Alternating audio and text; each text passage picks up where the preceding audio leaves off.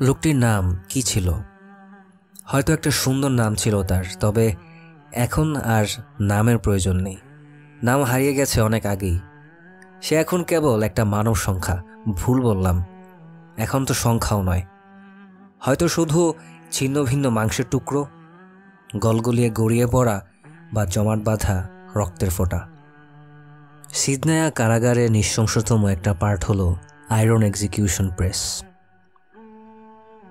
প্রথমে ফাঁসির দড়িতে ঝোলানো হয়। নিঃশ্বাস বন্ধ হয়ে এলে শরীরটা নিথর হয়ে ঝুলে পড়ে। সবাই ভাবে গল্প শেষ, কিন্তু সিদনেয়া কারাগারে ফাঁসি দিয়ে গল্প শেষ হয় না। নিথর দেহটাকে টেনে নিয়ে যাওয়া হয় আয়রন প্রেসের দিকে। প্রেসটা দাঁড়িয়ে আছে, নির্লিপ্ত, নীরব, যেন জানে তার কাজ কি।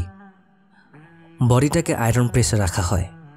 আয়রন প্রেসের চাকা ধীরে ধীরে ঘুরতে শুরু করে। প্রথমে চাপ পড়ে মাংসে, তারপর হাড়ে।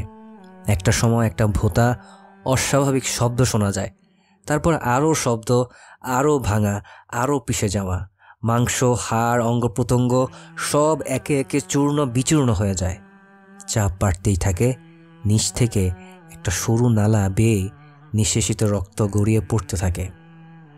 যন্ত্র নামার পর প্রেসের নিচে যা পড়ে থাকে সেটাকে আর মানুষ বলা চলে না।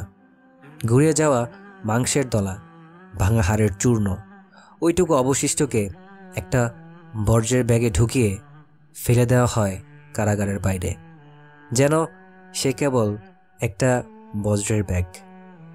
এই মানুষটা একটা স্বপ্ন নিয়ে বয়ে চলতো হয়তো। তারও একটা পরিবার ছিল, একটা সুস্থ সুন্দর জীবন ছিল। সে এখন বিলং করে একটা বজ্রের ব্যাগে, এমনভাবে যেন তার কোনো অস্তিত্বই ছিল না। সিরিয়া, শামের মানুষের উপর এত নৃশংস জুলুম গিয়েছে, এই সত্যটা আপনি অনুধাবন করলে বুঝতে পারবেন বাশার আল আসাদের পতনে কেন বলা হচ্ছে আহলুস সুন্নাহর ঈদ। আহলুস সুন্নাহ ওয়াল জামাআহ এই নরপিচাসের পতনে অবশ্যই খুশি।